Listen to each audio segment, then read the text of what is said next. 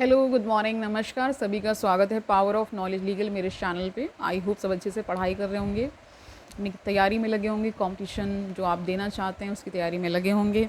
हम law of attraction कर रहे थे और उसमें भी हमने काफ़ी विषयों को रेज़ किया है। आज जो हम नया टॉपिक लेकर के आए इस किताब से ही उसको जानेंगे, the transmutation of negative thought. ठीक है, तो शुरू करते हैं आज का सेशन। Let's get started. और इसको हम करने वाले हैं क्योंकि हम मेंटल हेल्थ पर भी बहुत फोकस कर रहे हैं। आपकी मेंटल हेल्थ, आपकी फ़िज़िकल हेल्थ सब जुड़े हुए हैं, इसलिए ऐसे विषयों को हम लगातार उठा रहे हैं ताकि आप इस ज्ञान से भी अवगत हो सकें, ताकि आपकी पढ़ाई तो अच्छी हो, आपका एक अच्छा व्यक्तित्व भी बन सके। तो शुरू करते हैं। आज क्या कह रहे हैं विलियम वॉकर एटिंगसन, क्या कहते हैं आज सुनते हैं।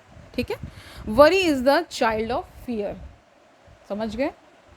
If you kill out fear worry will die for want of nourishment. तो कह रहे हैं जो डर है ना, वो क्या है? पिता है वो चिंता का। अगर हम कहते हैं कि अगर इसको हम फियर को मार दें तो उसको कोई नरिशमेंट नहीं मिलेगा, है ना। This advice is very old and yet it is always worthy of repetition, for it is a lesson of which we are greatly in need. Some people think that if we kill out fear and worry we will never be able to accomplish anything. I have read editorials in the great journals in which the writers held that without worry one can never accomplish any of the great tasks of life, because worry is necessary to stimulate interest and work. This is nonsense, no matter who utters it. Worry never helped one to accomplish anything. On the contrary, it stands in the way of accomplishment and attainment. तो कोई एक धारणा रही होगी जिसमें वो इसका खंडन कर रहे हैं, कह रहे हैं कि कई लोग ऐसा कहते हैं जब तक चिंता नहीं होगी तो आप कोई काम करेंगे ही नहीं, और आप जो टारगेट्स को लेके चल रहे हैं उस पर आप उतना अच्छे से काम नहीं कर पाएंगे अगर उसके प्रति। तो इसमें देखिए व्यूज़ बटे हुए हैं। कई लोग थोड़ा सा इसको अलग ढंग से भी देखते हैं, इस तरह से देखते हैं कि आपको कोई भी कार्य करने के लिए मोटिवेशन चाहिए होता है और साथ साथ एक आपको डिसिप्लिन चाहिए होता है ना, कि अगर आप कोई टारगेट लेके चल रहे हैं तो उसमें आपने कुछ टाइमलाइन भी ड्रॉ की होगी ना, इतने समय में हमें ये कर लेना है। और अगर उसके प्रति आप अवेयर नहीं रहेंगे या उसके प्रति आप बहुत ज़्यादा सीरियस नहीं होंगे, सिंसियर नहीं बनेंगे, तो फिर वो टारगेट्स पूरे नहीं होंगे, है ना। तो एक धारणा ये भी रही है कि वो चिंता वो ज़रूरी है ताकि हम अपने टारगेट्स को अकम्प्लिश कर पाएँ। लेकिन यहाँ पे विलियम वॉकर एटिंगसन कहते हैं कि ऐसा नहीं है, ये बिल्कुल बुलशिट है, ये बिल्कुल बेकार बात है, ऐसा कुछ भी नहीं है। जो डर और चिंता है वो क्या करता है, हमें अपने टारगेट्स को करने ही नहीं देता, ऐसा वो कह रहे हैं। ठीक है, okay fine. The motive underlying action and doing things is desire and interest. If one का मतलब यहाँ पे किसी एक इंसान के लिए कहा जा रहा है। ठीक है, if one honestly desires a thing, he naturally becomes a very much interested in its accomplishment and is quick to seize upon anything likely to help him to gain the thing he wants. तो कह रहे हैं कि यहाँ पे William कह रहे हैं कि अगर कोई इंसान वाकई वो चीज़ चाहता है, मतलब उसके अंदर एक रियल डिज़ायर है उस चीज़ को पाने की, उस टारगेट को पूरा करने की या वहाँ तक पहुँचने की, जो भी उसने अपना टारगेट बनाया, अगर वो ऐसा सच में चाहता है तो उसको वो पूरा ज़रूर करता है। उसमें कोई भी कह रहे हैं कि अगर इंटरेस्टेड वो रहेगा, उसमें कोई ऐसी बात नहीं कि वो नहीं करेगा। अगर बहुत ज़्यादा इंटरेस्टेड है तो अपने आप इंटरेस्ट उसे वहाँ तक उसको करने में एक तरह से एक फोर्स का काम करेगा, है ना। Okay fine. और जितने भी उसमें रास्ते कुछ हर्डल्स आएंगे उनको भी पार करेगा, ये सारी बातें कह रहे हैं। More than that his mind starts up a work on the subconscious plane that brings into the field of consciousness many ideas of value and importance, desire and interest are the causes that result in success. तो desire और interest को वो बता रहे हैं। Desire का मतलब वही इच्छा जो है आपकी, इंटरेस्ट भी आप समझ रहे हैं कि आपको कहते हैं हमें इस फील्ड में इंटरेस्ट है, हमें इस इंसान में इंटरेस्ट है, इस तरह से हम बात करते हैं। तो कह रहे हैं ये सारे कारण बनते हैं हमें सक्सेसफुल बनाने के लिए, नहीं सक्सेस को अचीव करने के लिए ना। वरी इज़ नॉट डिज़ायर, है ना। It is true that if once surroundings and environments become intolerable, he is driven in desperation to some efforts that will result in throwing off the undesirable conditions and in the acquiring of those more than in harmony with his desire, but this is only another form of desire. The man desires something different from what he has, and when his desire becomes strong enough, his entire interest is given to the task. He makes a mighty effort and the change is accomplished. तो कह रहे हैं कि जैसे मान लीजिए किसी किसी की आज ये टारगेट पूरा, कल उसने फिर दूसरा बना लिया, कोई नई डिज़ायर कर ली, और फिर यही डिज़ायर उसे आगे बढ़ाते रहने में और अपनी टारगेट्स को अचीव करने में मदद करती है. वही आपको एक फोर्स का काम करती है कुल मिला करके ना. ठीक है, समझ पा रहे हैं? फाइन. तो कह रहे हैं कि वरी कोई डिज़ायर नहीं हो सकती, चिंता कोई डिज़ायर थोड़ी ना है, ऐसा वो कह रहे हैं. ठीक है. But it wasn't worry that cause the effort. Worry could content itself with wringing its hand and moaning, woe is me, and wearing its nerves to a frizzle and accomplishing nothing. Desire acts differently.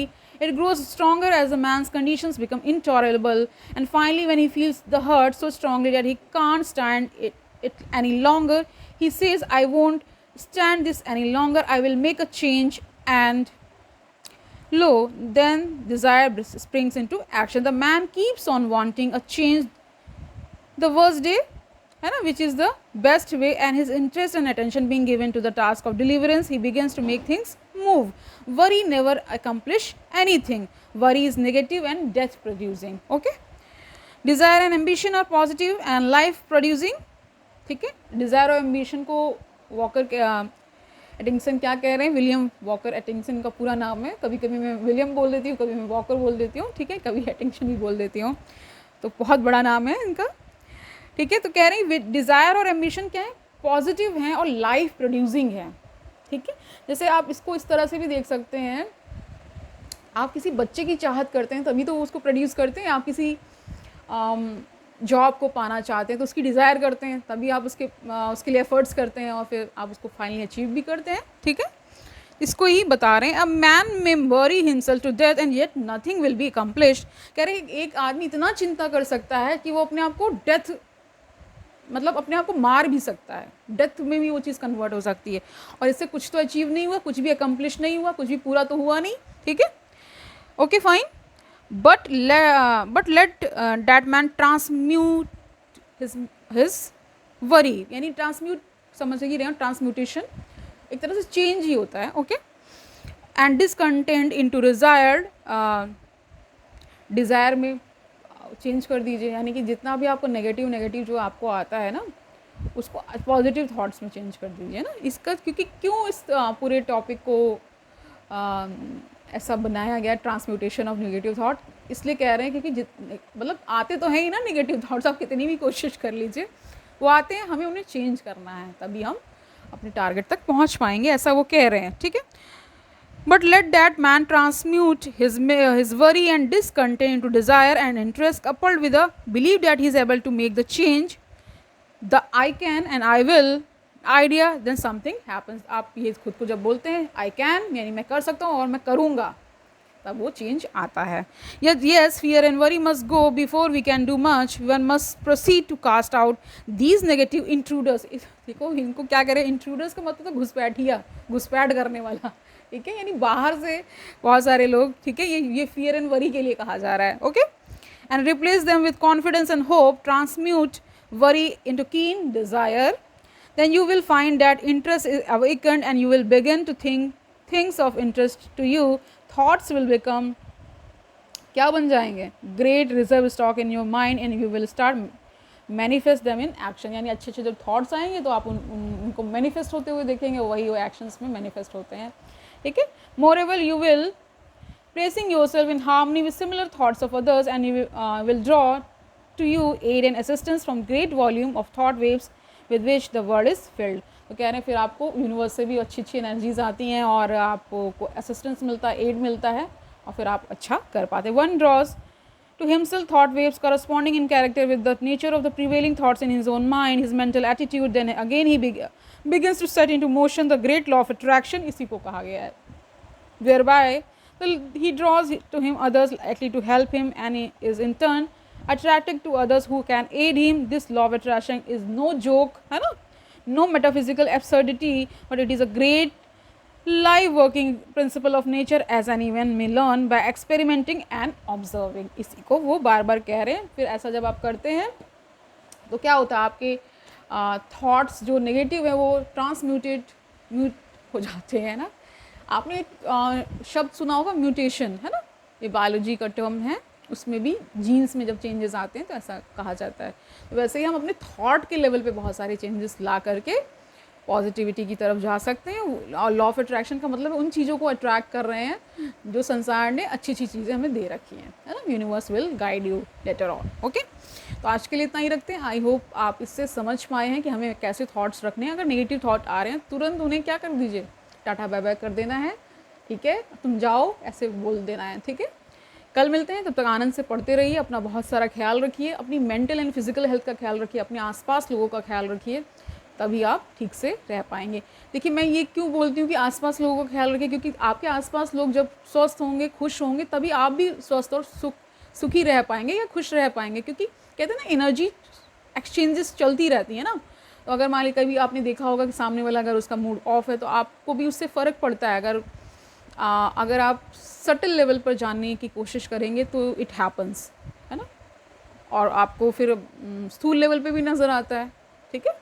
कल मिलते हैं या जब भी मिलेंगे, इसको हम continuation में रखने वाले हैं, क्योंकि हम अपने उद्देश्य की तरफ आगे बढ़ते जा रहे हैं। तो निश्चित ही हम भी पॉजिटिविटी के साथ इसको डील करेंगे और आपके लिए ऐसे वीडियोस को लाते रहेंगे ताकि आप बहुत सारा ज्ञान अर्जित कर पाएँ। और कहते चर्चा अगर अच्छे विषयों पर हो तो उस चर्चा का दूरगामी परिणाम हमें मिलता है, ठीक है।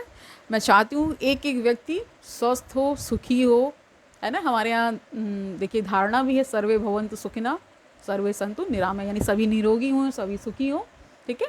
ऐसा हम देखना चाहते हैं। तो चलते हैं फिर, कल मिलते हैं, तब तक के लिए ऑल दी वेरी बेस्ट।